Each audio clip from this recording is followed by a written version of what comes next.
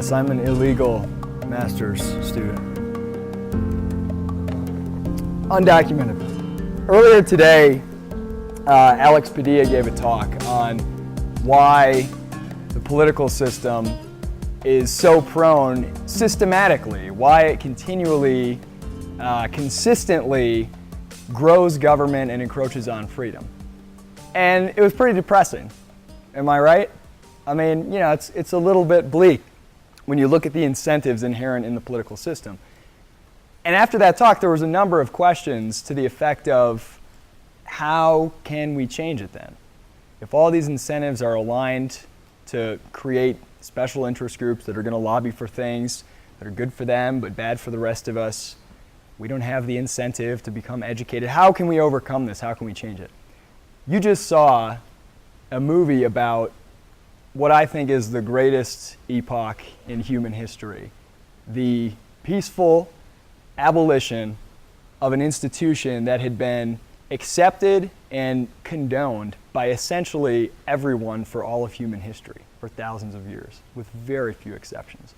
In a span of 20 years, it went from laughable to even propose getting rid of this institution to the popular thing to do. That is a powerful story of changing the world. So I'm going to kind of walk through what I think are the nuts and bolts behind how changing the world happens. And I'm going to do it in 40 minutes or so. So we're going to figure out how to change the world in 40 minutes. No problem at all. Piece of cake. So most of us, probably all of us in this room, want to change the world.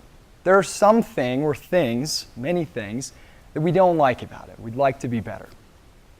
And someone even said, actually, after Alex's talk, well, just do something. And that's a very common attitude. That was my own attitude. I got turned on to the ideas of liberty, and I wanted to do something about it. So I thought I would go get involved in the political realm. And through a long, roundabout series of events and a lot of reading and things, I've come to believe that that's actually not the correct thing to do. But the point I want to make here is that intentions, good intentions, wanting a freer world, and actions, just doing something, are not enough. You can't just have good intentions and actions and voila, achieve change. How many of you know people who want poor people to be better off and say, well, that's why I want them to be better off, good intention, I'm going to just take action and support a minimum wage, right? If they don't understand economics, they don't understand cause and effect, the action is actually getting them further away from their goal. So I like to call it, this is the underpants gnomes from South Park, and they have the same problem. They have this brilliant business plan. Phase 1, collect underpants, right? Phase 2, we don't know, question mark. Phase 3, profit. And I think that's how we approach changing the world a lot of times. Phase 1, we need more liberty. We got to end the drug war. We got to, I don't know, get third parties on the ballot. We got whatever it might be, right? Stop eminent domain.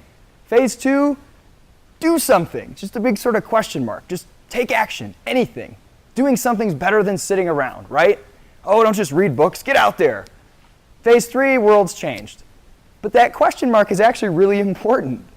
We actually want to know what it is that we're doing and if it's leading us to more change. So, the common place to start, if you want to change the world in terms of how much freedom we have from oppressive governments, the word government's in there. So the first thing most people think of is politics, right? There was a very intelligent man, Anthony Fisher. He was a businessman in England, and this was around the time of World War II, and he had made a lot of money. He had a farm with these little, like those little Cornish hens, that you cook up and eat, tasty little buggers, unless you're a vegetarian, in which case I'm sorry. He made a lot of money, and he had read a book by Friedrich Hayek, The Road to Serfdom.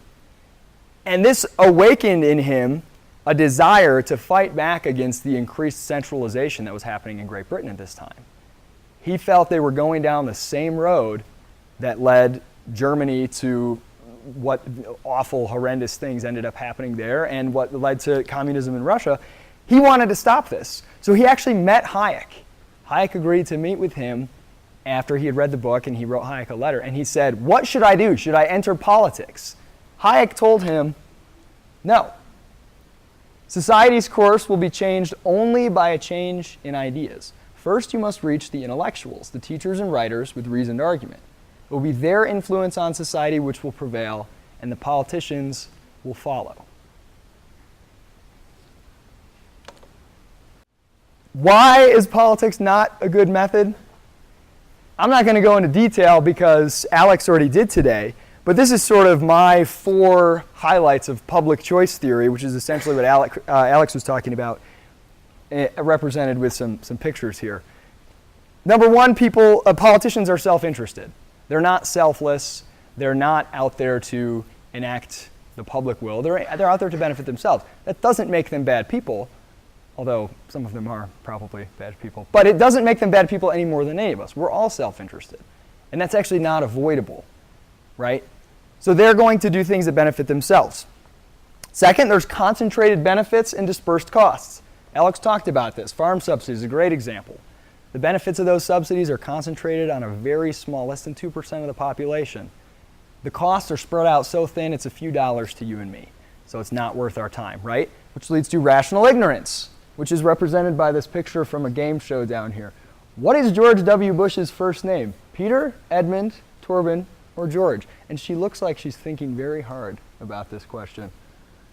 That's, I don't know if that's rational ignorance or just regular ignorance, I'm not sure. But rational ignorance, right? It's not in our interest to take the time to invest the cost of becoming informed on the political process because the payout, or the likelihood of a payout of a vote, for example, is statistically insignificant.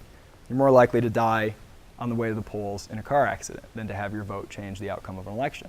So it doesn't pay off to be informed. And finally, represented by our good former governor over here, Rod Blagojevich, the worst get to the top. That's the title of a chapter in The Road to Serfdom, Why the Worst Get on Top.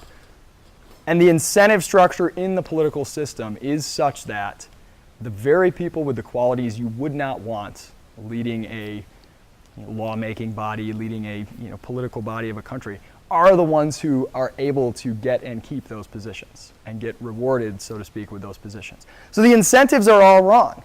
Politics is fraught with problems. Hayek was not alone in this, by the way. Mises, Milton Friedman, and John Maynard Keynes all agreed in this. And I'm just going to quickly read these quotes. Mises says, what determines the course of a nation's economic policies is always the economic ideas held by public opinion. No government, whether democratic or dictatorial, can free itself from the sway of generally accepted ideology. Friedman says, I do not believe the solution to our problems is simply to elect the right people. The important thing is to establish a political climate of opinion where it's politically profitable for the wrong people to do the right thing. Does that remind you of anything that we just saw? Let me ask you this. In that 20-year span that we watched fly by in an hour and a half, with all of these votes on the slavery issue, how many of those members of parliament changed? Was there massive electoral, election upheaval, and there was all these new MPs coming in, and that's why they got enough people to vote for the bill finally? No, it was largely the same people. The same people were voting increasingly more and more in favor of it. Oh, and then war came. All of a sudden, all the same people who were for it were now against it. And then after the war was over and some other things changed, now they all switch back over again, and then they applaud and they cheer and act like the guy's a hero. It wasn't the people. It wasn't who won the election. I would go so far as to say that is almost unimportant entirely. It can have impacts on the margin. But largely, the politicians are followers. They will go where it's safe to go, where it's politically profitable. Keynes, who I'm not a fan of, the ideas of economists, both when they are right and when they are wrong, are more powerful than is commonly understood. Indeed, the world is ruled by little else. Well, maybe there's a little bit of ego there. He is an economist, after all. Practical men who believe themselves to be quite exempt from any intellectual influence are usually the slaves of some defunct economist. Well, unfortunately, he's one of those defunct economists that many of us are slaves to. Okay? So Hayek is in good company. This is not just Hayek's idea that ideas are more important than politicians. So how does this work? Okay, ideas are important, but how does it actually play out in the real world? I'm kind of aping Hayek's structure of production in an economy that he talks about in his economic works, and using that to illustrate his theory of social change, which is discussed in a booklet that you have back there, The Intellectuals in Socialism. So you have original thinkers, and these are Hayek's phrases. Original thinkers, let's say, Aristotle, John Locke, sort of these monumental thinkers who come up with, Adam Smith, really groundbreaking new ways of looking at the world, new theories, new justifications for property rights, things like that. There's very few of those, but those are very powerful figures. The second-hand dealers in ideas, again, that's Hayek's phrase for intellectuals, people who make a living or make the primary focus of their life dealing in ideas, talking to people about ideas. Now, this could be anyone from a talk radio host to a professor.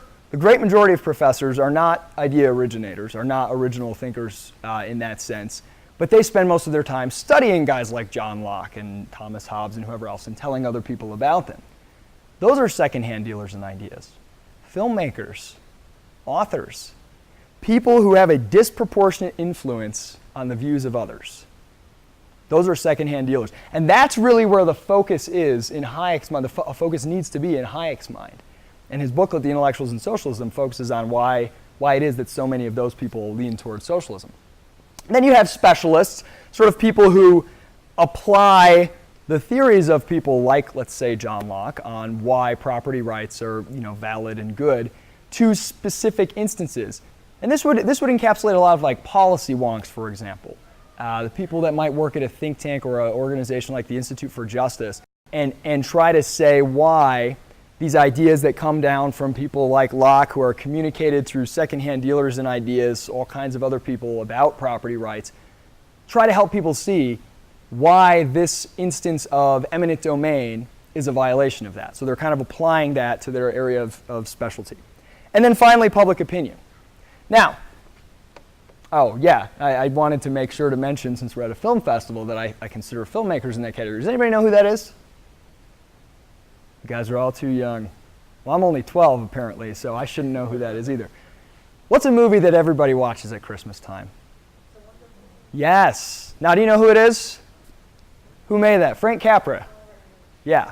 Now, in my opinion, he probably has just as much, should get just as much credit, if you will, as people like Keynes or, countless others in, academics or economists in terms of shaping the narrative about something like the Great Depression and about capitalism. It's very subtle, but I grew up watching this movie all the time, and it wasn't until I got older and I was watching it with my own kids. Yes, I do have them, and they can beat me up because they're bigger than me. I was watching it, and I'm just like, why didn't this dawn on me before? But it really portrays like the only businessmen who can have good hearts are the ones who go out of business and can never make a profit, right? Like you have to be taking a loss to not be a jerk, basically.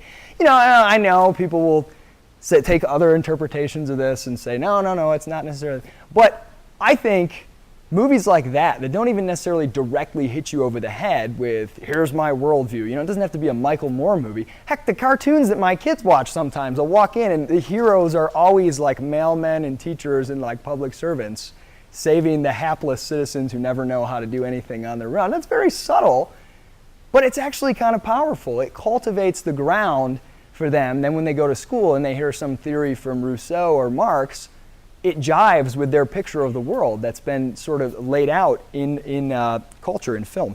Okay, so what happens with this whole public opinion thing? Here is where the political actors come in. After the original ideas have been dispersed in various ways, communicated through second-hand dealers, applied to issues through specialists, public opinion is sort of shaped by these things. Public opinion creates the Overton window of political possibility. That's the sandbox that the lawmakers get to play in. That's it. It's entirely constrained by public opinion. Now you'll see I just have a generic example up here of like a particular industry. I don't know, pick whatever industry you want. The cheese industry, right? And there's a range of possible policy positions. And down at the bottom is total state control, no private involvement whatsoever, complete government cheese, right? They used to have government cheese and they roll it out the back of these tubes. Craziness. I'm not old enough to remember, but. And then at the top you have complete laissez-faire, right? And a whole range in between. Now at any given time, there is a window of what's politically possible. And in this example, you have people can advocate, a little bit of government involvement here and there, a little regulation, a little subsidy, or they could at the freest end, or they could advocate heavy regulation and some subsidies, but they can't really talk about things outside of that without getting laughed at, right? This is sort of how I see the window of possibility. To be able to talk about something and still win an election, that means you're inside the window, okay? If you talk about something and you can't win an election, you're probably outside of the window. Now, it doesn't mean it's going to happen just because you're talking about it, but it's within the window, okay? So there's two components to this window. There's the size and the location. The location is determined by what people believe. So if people are just completely in favor of laissez-faire, the window's going to be way up at the top, right? Or the other way at the bottom. The size is determined by how intensely they feel that belief. So no one likes, let's say we poll people and everybody hates earmarks, right? Which is true, except for the ones in their own district, right? Everyone hates earmarks or farm subsidies, whatever it might be, but they don't feel it that intensely. They hate it, but because of the public choice incentives we talked about before, they don't think it's worth the cost to them of investing tons of hours, hundreds of dollars, thousands of dollars to put together interest groups, to lobby against it, to educate people. So they don't feel it intensely enough. That's where the slave trade was. There was a lot of people who thought it was immoral by the time this, and by the way, the movie focuses on the political actor, Wilberforce, a little too much for my taste. It glorifies him a little bit too much. But really it was Clarkson and his band of Quakers and a small number of others that got together and started essentially a think tank, a public education organization to make pamphlets and all kinds of things. And they were really building this up, and they kind of, which you kind of showed this, they kind of recruited Wilberforce and brought him along. But the intensity shifted. At first it was, well, I don't like slavery, but I'm not going to do a lot about it because I don't see it. In England, they didn't really see it that much. It was off in the colonies. But then as the intensity ramped up, as the moral message was getting out and changing people's hearts and minds, what did they start to do? They started to actually incur costs because they believed something so strongly. They stopped using sugar. They started, all these different boycotts and things. Now it was worth it to them, right? Because your incentives can change.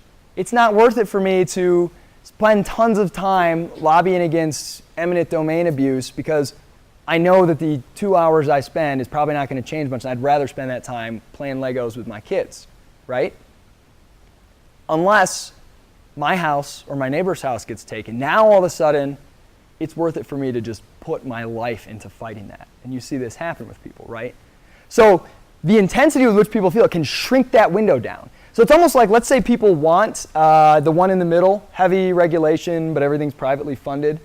But they're willing to tolerate the extent of that window. And in some issues, the window can be really broad. People want one thing, but they're willing to tolerate a really broad range of issues. So then what policy actually gets enacted has more to do with how the special interest groups jockey with each other, because there's a whole range which the public will allow the politicians to get away with.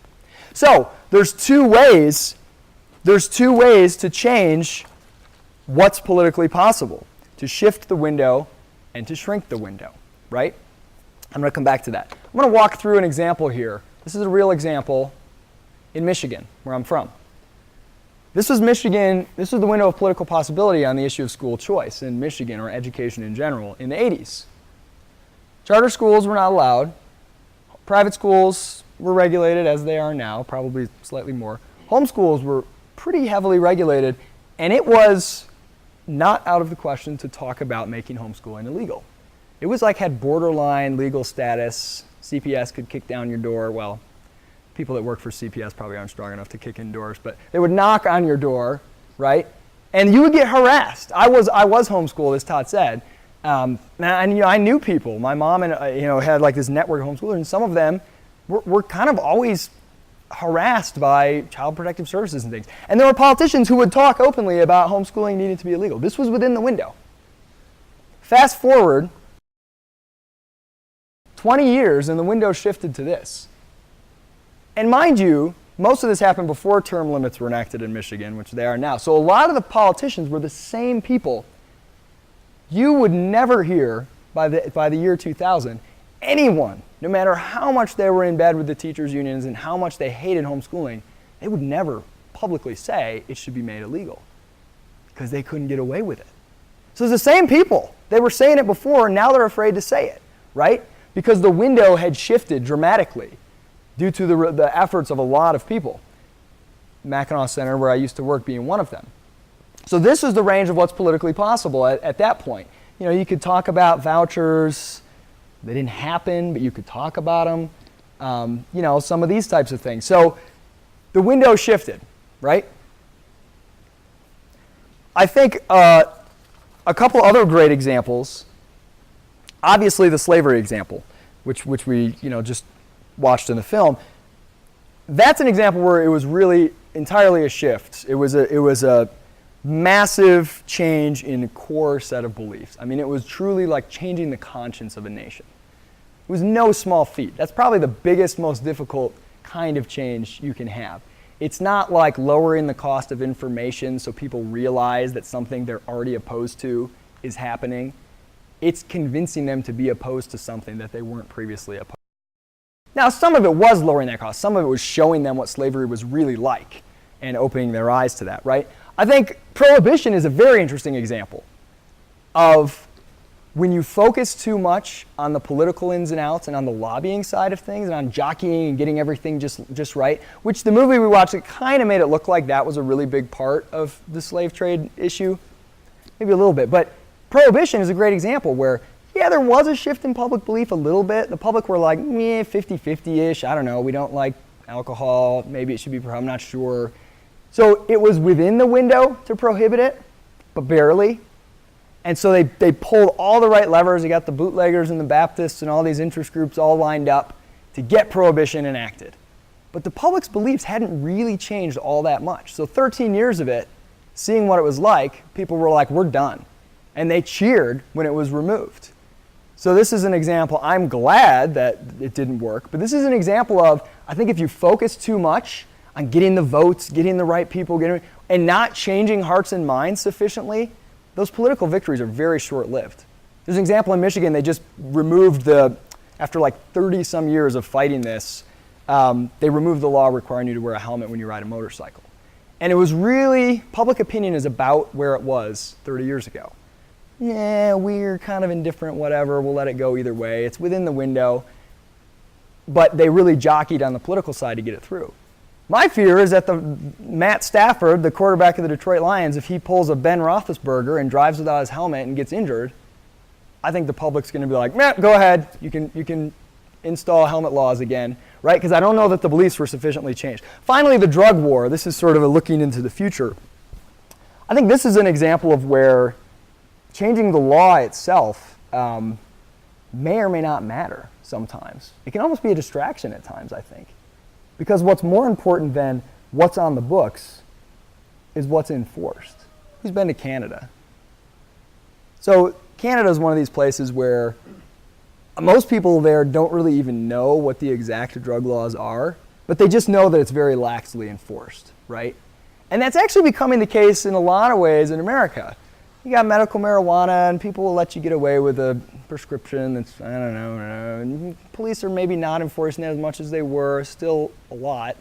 But I think this is a case where if public opinion continues to shift dramatically, and everyone's like totally comfortable with marijuana use, let's say, more and more, it's not going to matter so much what's on the books. It's going to matter, the police are going to be like, I don't want to be that jerk who goes and knocks down someone's door over this. There's all kinds of laws on the books that are never enforced now. You can't spit on the sidewalk, and you can't curse in front of a woman, and you can't slurp your soup, and all these crazy things, these sort of Puritan laws. There was never a political fight for these. They just kind of vanished. And most of them were never removed from the books. They vanished because public opinion changed. So I think focusing too much on the legal battles, on the political battles, maybe it's a little bit of a misplaced focus. Okay, I'm going to try to move along because I know I'm getting a little bit behind. All right. Now, I wanted to quickly say something in those examples. Sometimes people have the right basic morals. In the slave issue, I think a lot of people's beliefs about what was right and wrong needed to change. But sometimes people have the right basic instincts on what's right and wrong, but they just don't see how it applies to a certain issue. Most Americans think that it's wrong to have their home stolen by the government or something like that. But they don't know about eminent domain and all these different things. They don't know the ins and outs. And so those sort of secondhand dealers and specialists can highlight to them how certain government actions are violating a belief that they already have. And I actually think in America, people have a pretty strong individualistic streak.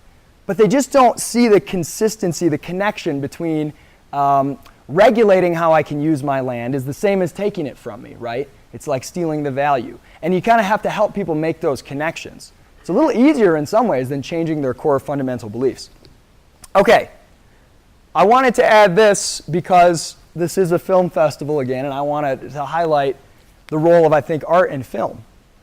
In order to change somebody's belief, especially like a really core belief, I think there's three components that art is uniquely situated to address, better than any other form of communication. And I call these narrative, vision, and imagination. Now those words can mean a lot of different things, so don't get upset with me if you don't like the way I use it. Narrative, I think of what was, how we describe the past, how we describe the way that events flow through history. The Great Depression, there's a narrative about the Great Depression. Once it gets written, once it's kind of the publicly accepted, broadly accepted narrative, it's really hard to change it.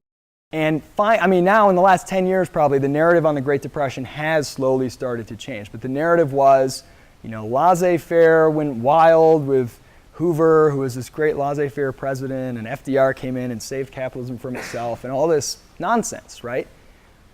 But that was a powerful narrative, reinforced by things like, or even created by things like Frank Capra's movies and all these other things.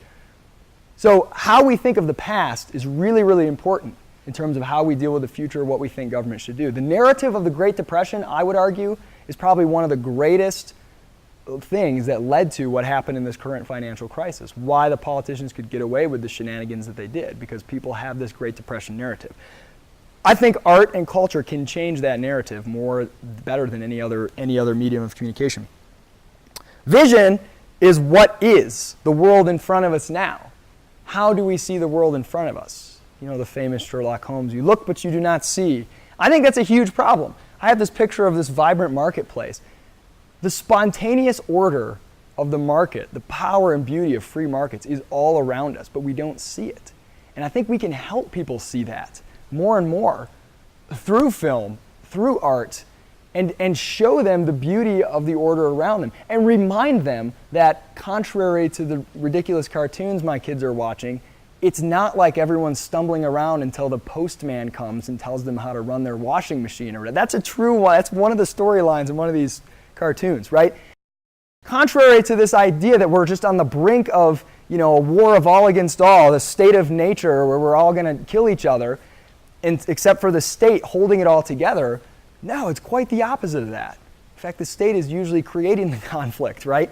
I think changing the way that we look at the present is very important. And finally, imagination. Helping people imagine what can be.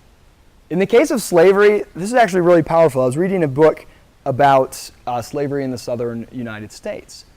And the belief of many people in the South was that slavery was immoral, but that either it was inevitable or because of just the nature of Africans, they just had to be subjugated, or it had to be this way, otherwise the entire U.S. economy would collapse. That was actually wrong. The economics of slavery in America was actually not that great. And there was some fascinating, I was reading all this source material, these fascinating letters and articles written by plantation owners after slavery was abolished and the war had ended, saying, we thought that slavery was necessary for the slaves and necessary for us. We thought that they couldn't live without it and that we couldn't.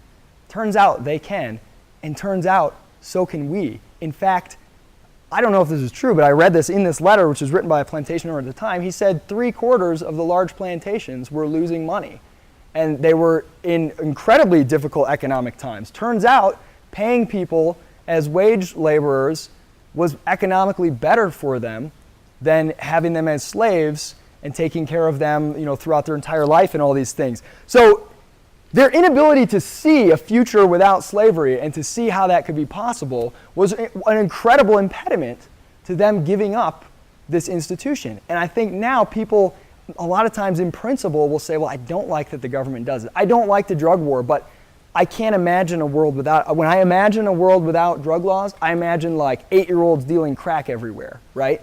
They imagine all the things that the drug war created, right? They imagine like Breaking Bad, everyone breaks bad and is like making, which is absurd, right?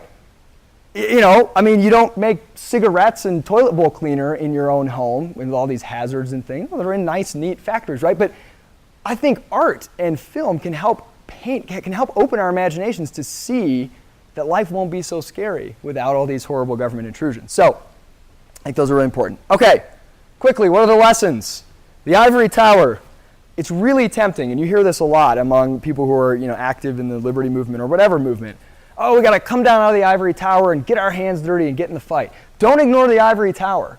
That's where stuff comes from. It's like the structure of production in the economy. It's the capital goods that produce the intermediate goods that produce the consumer goods that you can't just like make cheeseburgers, right, without having tractors that can plow fields to grow corn and whatever else they put in those things. Depends on where you get them. Don't ignore the Ivory Tower, okay?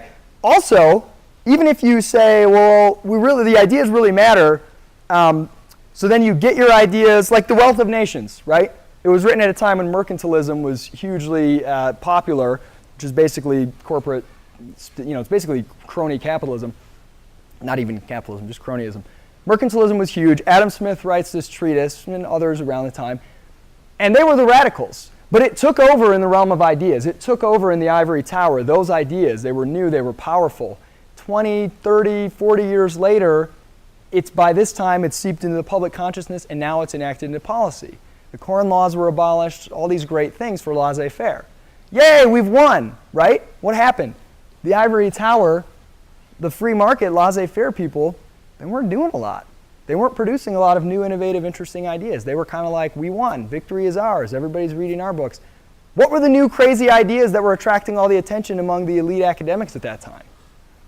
Things like Marxism, right?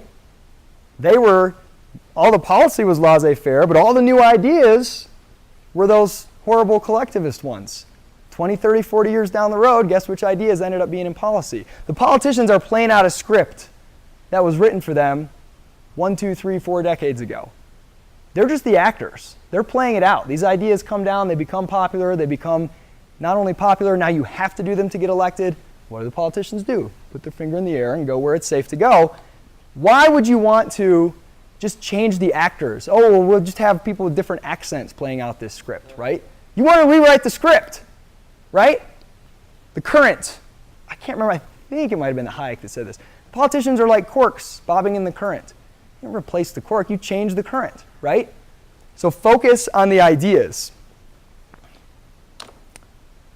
So, Hayek gives us this wonderful charge. Unless we can make the philosophic foundations of a free society a living intellectual issue, and its implementation a task which challenges the ingenuity and imagination of our liveliest minds, the prospects of freedom are indeed dark. But if we can regain the belief in the power of ideas, which was the mark of liberalism, classical liberalism at its best, the battle is not lost. The intellectual revival of liberalism is already underway in many parts of the world. Will it be in time? Now, I've talked about ideas, but where do ideas come from? People. It's people. People with ideas is what changes the world. So maybe you know what you want the world to be like or some improvement you want. So you don't know necessarily how to get there. Maybe the best thing you can do is read a book. Maybe you can keep focusing on those ideas, cultivating those, discussing them, sharing them with others, painting a picture of the world that's not so scary for people, of a world that's free, helping them see the power of freedom around us now, retelling those narratives of the past in a more accurate way. That is what will ultimately change the world, not politicians. And with that, I think we are out of time. Oh, we got 5 minutes for questions, so thank you.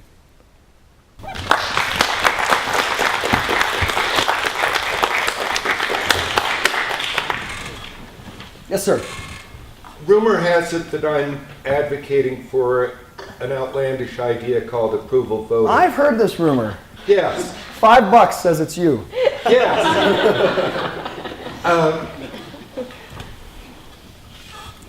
Comments? I think there's, just like with, let's say, getting a different politician into place, there are marginal benefits, I think, that can happen from this. You can get better policies within the window, for example. Term limits are an example of this. Sort of tweaks to the procedures of electoral politics, whether it be the parliamentary procedures, the election procedures, are kind of like another way of more likelihood of getting different people in there, different players, different actors, reading the script. It's not worthless because when the window is in the right place, the Kelo decision comes down, for example, which was the Supreme Court decision about eminent domain. And it fired everybody up, and they were really ticked off about this. And all the state reps who didn't give a whit about it, they all started saying, oh, we want to introduce legislation to ban taking for private use. That window was open for a brief period of time because the public really cared about it for that brief period of time. Having a couple people who are better than the others in place to write the laws and make them not as bad. 34 states passed amendments to prohibit it. Only about 8 of them actually had any effect because most of them just wrote crap, or the municipal governments wrote the laws. So having somebody who's marginally better than somebody else, I think it improves on the margin. Now, it sounds like I'm downplaying it and saying, well, on the margin, whatever else. Look, for changing the world, it is very minor. But for some individuals, in the 2 years after that new law was passed in Michigan to restrict eminent domain, largely because there was a good libertarian guy in the right place at the right time, in those 2 years, there was essentially no takings, which there had been every year before then. For those, let's say, 5 to 10 people whose homes would have been taken but weren't, that's the difference between total liberty and no liberty. So those individuals' lives were changed. Now, sadly, after it fell out of the limelight, even though the law was really good, governments just started violating the law anyway because no one's watching anymore. So it's not an ultimate, permanent solution, but I think to individuals and on those margins it can make a difference. And you saw in Amazing Grace, I mean, there were a couple times where maybe this would have happened 5 years earlier or 5 years later if one guy was different from another. So there is something there, but I think if we get too distracted in that and don't focus on the ideas, look, sometimes it's good that the public don't get exactly what they want. Sometimes they want things that are actually worse than what happens. Campaign finance laws, immigration restrictions, things like that. So making it so that the lawmakers are more accountable to public opinion, it kind of shrinks that window. And I think things like term limits or more difficult, more competitive elections do that. They make the politicians a little more accountable to public opinion. But if public opinion is still pretty crappy, it may not be great. It just depends. Yes, sir. I totally agree that staking out the real principled position is what moves the window ultimately. But wouldn't you grant that doing the short-term political reforms can permanently ratchet the window a step in the right direction? For example, charter schools, which we also have. It would be unthinkable in Colorado to remove parents' ability to move their children from one school to another. Concealed carry. Yeah. It would be political suicide in this state to repeal concealed carry, which was the crying view. You can't possibly have concealed carry just a few years ago. And so, isn't it true that, and once they repealed, once the abolitionists were politically successful, that window was forever. That window moved. I mean, it was unmovable at that point. It would permanently ratchet in the right direction, isn't it? Yeah, yes and no. There's a lot of different ways to look at this, I think. There's a great economist, very little known, named W.H. Hutt, and he has this little booklet called Politically Impossible. And it talks about the role of economists in particular, but I think you could broaden it. What should economists do in terms of advocating policy? Should they advocate what they know from their knowledge of economics is truly the best policy? Abolition of all tariffs and trade restrictions, for example. Or should they advocate something that's politically possible, but just a little bit better than what we have now? Because if they advocate the pure thing, maybe they'll just be crazy and they'll be written off. He says it's their moral duty to at least advocate what they know to be absolutely right. Then they can choose, if they want to be politically relevant, to also advocate something less. But as long as they say, look, this is truly the best thing. But if that's not going to happen, moving one step is better than moving no steps. But to only focus on moving one step and make all the argument and focus there, he says they're kind of, they're overlooking their duty to tell the truth and do what's right, but also they could be setting themselves back. And I actually think the school choice movement is an interesting example here. So you get charter schools, which are an improvement, but they're pretty government run, and it's a pretty small improvement, and you could argue that in some ways it took a lot of the wind out of the sails of some more radical reforms, and now it's used by opponents of more radical reforms as like, well, look, charter schools, they're not that much different. They don't perform that much better than government. Now, I know they face a lot of different hurdles that government schools don't, and they get less money, whatever. But they use that. And they say, look, or it's like, trying to think of another example here. I had one and I lost it. Well, I think marijuana could be another one too. You kind of go like, well, medical marijuana. And I think that's great. I'm always for anything that's a little bit more free. However, I don't know what it will do in the long run. It could be, okay, now the wind's out of our sails. We got it. We got something. Even alcohol prohibition, it was like, okay, well, prohibition, everybody wants it. But like the Scottish gentleman here, well, let's not do it all at once. Let's kind of do it gradual. We'll create this three-tiered system where you have wholesaling cartels and you have all these different... Those are still with us today. What impetus is there to remove the state weird restrictions that every state has on alcohol? In some states, you can't buy it before noon on a Sunday. You can buy Tuesday when the moon is blue. It's got to go through all... It's craziness. You can buy one crate of wine as long as it's been corked. It's just all this crazy stuff.